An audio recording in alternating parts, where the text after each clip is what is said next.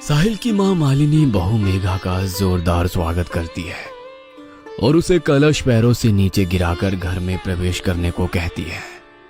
मासा की बात सुनकर मेघा कलश को एक टक घोरने लगती है और फिर अपने बाएं पैर से कलश को उल्टी दिशा में गिराती है, जिससे चावल घर से बाहर की ओर बिखर जाते हैं। ये क्या मूर्खता है बहू, अपशगुन कर दिया तुमने। बहू लक्ष्मी होती है और चावल सौभाग्य का प्रतीक माना जाता है, इसीलिए कलश को दाएं पैर से अंदर की ओर गिराते हैं ताकि लक्ष्मी घर में सौभाग्य लेकर प्रवेश करे। और तुमने घर की सुख समृद्धि को बाहर का रास्ता दिखा दिया। ऐसे उल्टी दिशा में कलश कौन गिराता है? अब मासा जाने दो ना, गलती से हो गया। इससे ऐसी गलती कोई जानबूझकर थोड़ी करेगी। ये लंबा सफर करके थक गई है, इसे आदत नहीं है ना लंबे सफर की।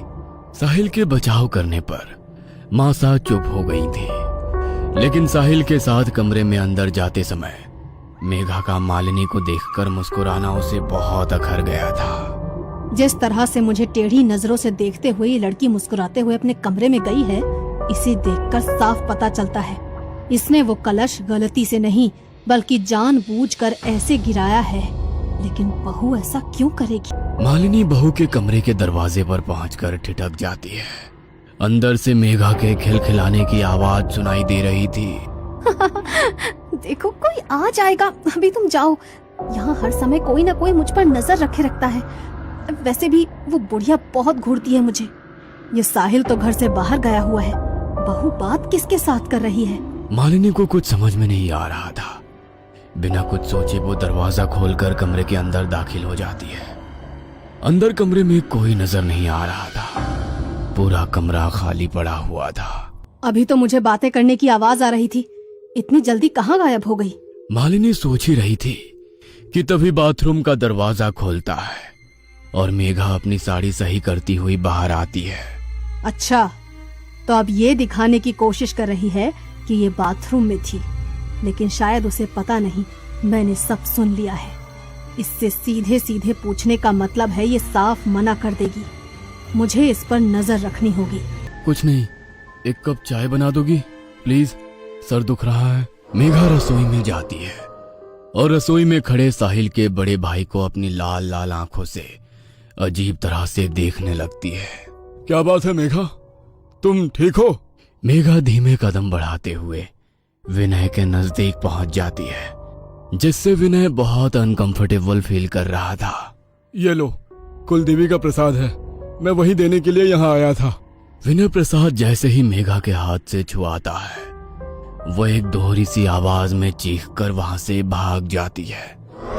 इससे पहले कि विनय कुछ समझ पाता, उसने देखा सामने से मेघा रसोई में आ रही है, लेकिन इस बार जेठ को रसोई में देख उसने पल्लू से सर ढक लिया था। माँ, आपको ये लड़की कुछ अजीब नहीं लगती? कभी पल्लू ठीक करती है, कभी आकर चिपकने लगती है, पता नहीं कैसे संस्कार है इसके। विनय अपनी माँ को रसोई में हुई घटना बताने लगता है। अरे एक नंबर की चरित्रहीन लड़की पल्ले पड़ गई हमारे। छी, तुझे आकर छूने की कोशिश कर रही थी। नई बहू की इस हरकत को जानकर मालिनी के पैरों तले जमीन सरक गई थी। माँ, मैं एक दोस्त की शादी में जा रहा हूँ, कल लौटूंगा, आप ख्याल रखना अपना। साहिल के जाने के कुछ देर बाद मालिनी को मेघा के कमरे से किसी की मर्दाना आवाज सुनाई देने लगती है। मालिनी बहू के कमरे का थोड़ा सा दरवाजा खोलकर अंदर झांक कर देखती है। अंदर का मंजर इतना डरावना था कि मालिनी के पांव अपनी जगह पर जम से गए थे। अंदर कमरे में सिर्फ मेघा थी और वो आराम कुर्सी पर दोनों पांव ऊपर करके सिमट कर बैठी हुई थी। कुर्सी लगातार जोर जोर से हिल रही थी। मेघा के मुंह से एक भयानक सा स्वर सुनाई दे रहा था, जैसे औरत और आदमी की आवाज एक साथ सुनाई दे रही हो। मेघा लगातार हंसती जा रही थी और टूटी फूटी उखड़ती सी बोली में अस्पष्ट सा कुछ बड़बड़ा रही थी। अचानक मेघा ने हंसना बंद कर दिया और गंभीर होकर झटके से दरवाजे की ओर देखा। मालिनी को ऐसा महसूस हुआ जैसे मेघा ने उसे देख लिया है, इसलिए वो तुरंत 2 कदम पीछे हट जाती है। ये क्या था? क्या हो रहा है इस लड़की को? मुझे यहाँ से चलना चाहिए। साहिल भी घर में नहीं है, मुझे कुछ ठीक सा महसूस नहीं हो रहा। मालिनी नीचे आकर अपने कमरे का दरवाजा बंद कर लेती है, लेकिन रह रह कर उसे बहू का वो हंसना और खुद को घूर कर देखना याद आ रहा था। मालिनी अपने कमरे में बिस्तर पर सिमटी बैठी थी कि तभी उसके दरवाजे पर दस्तक हुई। इतनी रात को कौन आया होगा? घर में तो बस मेघा और मैं ही हैं। दरवाजे पर होती दस्तक लगातार बढ़ती जा रही थी, जिसके कारण मालिनी पसीने पसीने हो रही थी। कुछ देर बाद दरवाजा पीटने की आवाज अपने आप बंद हो जाती है।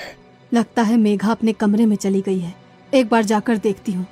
मालिनी दरवाजे में बने होल से बाहर झांकने की कोशिश करती है तो उसे होल के ठीक सामने मेघा का सफेद पड़ा हुआ चेहरा नजर आता है, जिसे देखकर मालिनी एक बार फिर से पीछे हट जाती है। मालिनी के कमरे में अचानक ही जमीन पर खून से बने पैरों के निशान बनने लगते हैं और देखते ही देखते वहां से गायब हो जाते हैं। मालिनी को इतना समझ में आ गया था कि कुछ तो है जो उसे अपने होने का एहसास दिला रहा है, जो मालिनी को यह बताना चाहता है कि दरवाजा बंद कर लेने से वो उसे अंदर आने से रोक नहीं सकती। डर ने मालिनी के दिल और दिमाग को पूरी तरह से अपने कब्जे में कर लिया था। रात मानो सदियों से भी लंबी हो गई थी उसके लिए। किसी तरह रात बिताने के बाद अगली सुबह जब साहिल घर लौटता है तो मालिनी उसे काफी बेचैन महसूस करती है। क्या बात है बेटा, इतने परेशान क्यों नजर आ रहे हो? माँ, मेघा घर पर आ गई है क्या? अरे वो गई ही कहाँ थी जो लौट कर आएगी। मेघा के बारे में तो तू बात ही मत कर। जो मैंने कल रात देखा ना, अगर तुझे पता चला तो तेरे पैरों के नीचे से जमीन खिसक जाएगी। क्या बात कर रही हो? क्या देख लिया आपने कल रात ऐसा? मेघा कल रात घर में तो थी नहीं, फिर आपने देख क्या लिया? तेरा दिमाग तो खराब नहीं है? घर में नहीं थी तो कहाँ थी पूरी रात?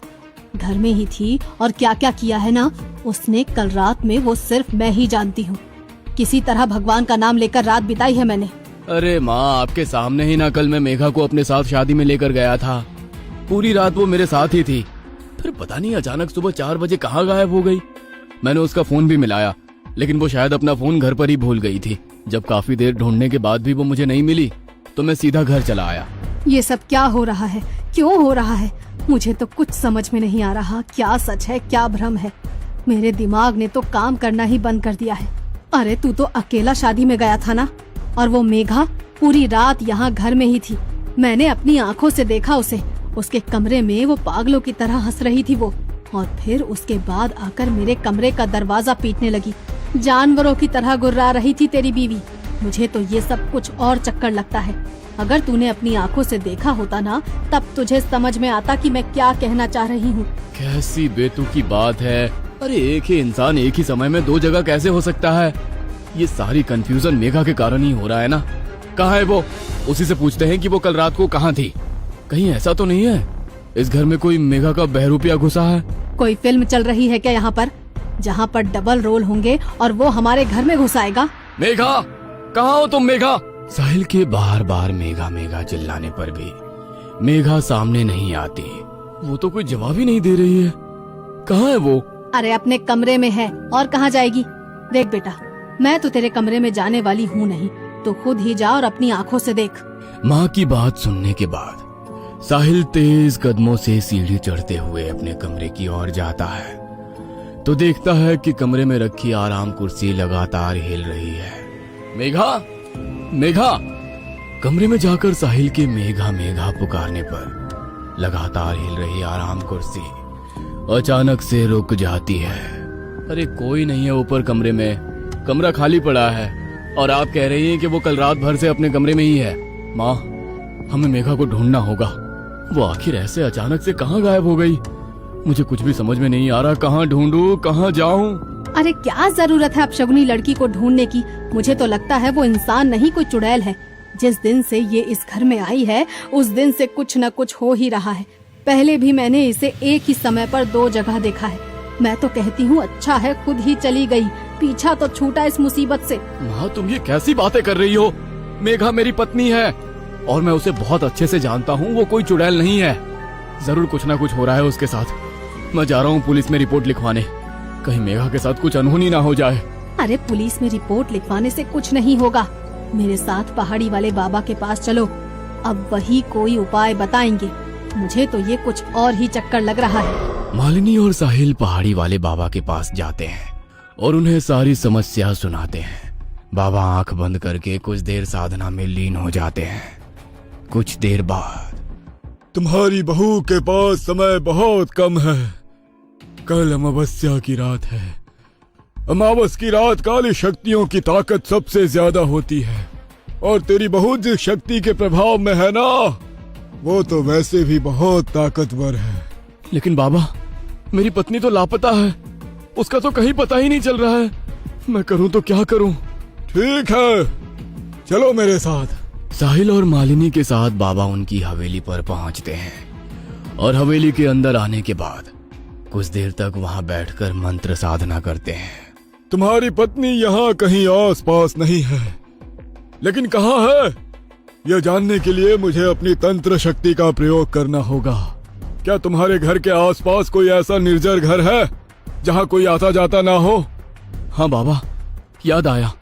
शादी के बाद जब मैं पहली बार मेघा को लेकर हवेली आ रहा था तो रास्ते में चौसर वाली हवेली पड़ी थी। मेरे मना करने के बाद भी मेघा ने हवेली के अंदर कदम रखा और एक फोटो खिंचवाई थी। मैं अभी आपको वो फोटो दिखाता हूँ। हड़बड़ी में साहिल अपना मोबाइल निकालता है और बाबा को वो फोटो दिखाने लगता है।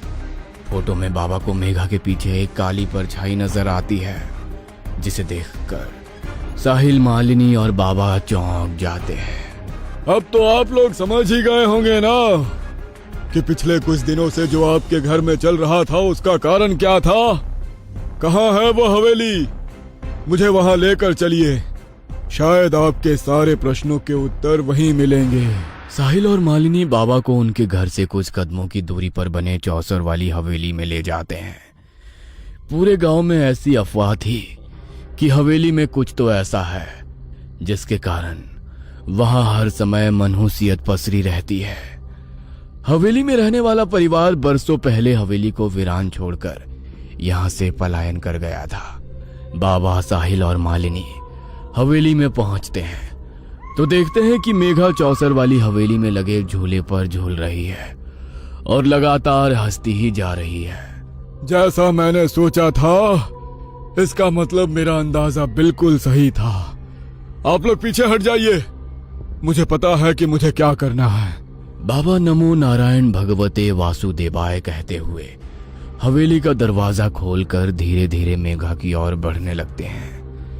साथ में लाए हुए सिंदूर से वो झूला झूल रही मेघा के चारों ओर एक घेरा बनाते हैं और फिर मंत्र पढ़ते हुए लगातार पानी की छींटें उसकी ओर मारने लगते हैं। बाबा के लगातार मंत्र पढ़ते जाने के कारण मेघा जमीन में बैठकर जोर जोर से चिल्ला रही थी।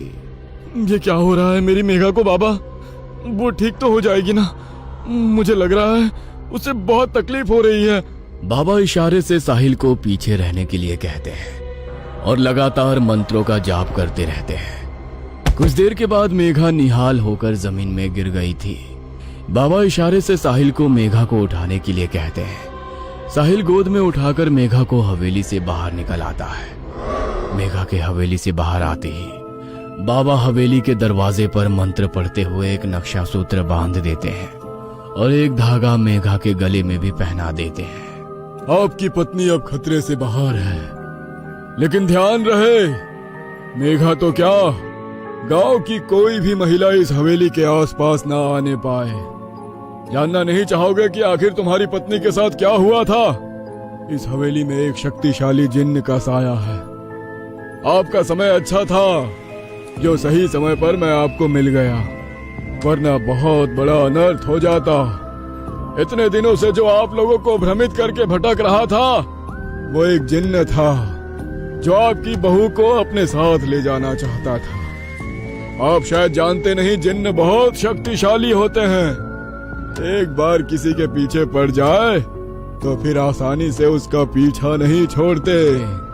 साहिल मेघा को लेकर अपने घर लौट आया था और इधर चौसर वाली हवेली में लगा झूला एक बार फिर से हिलने लगा।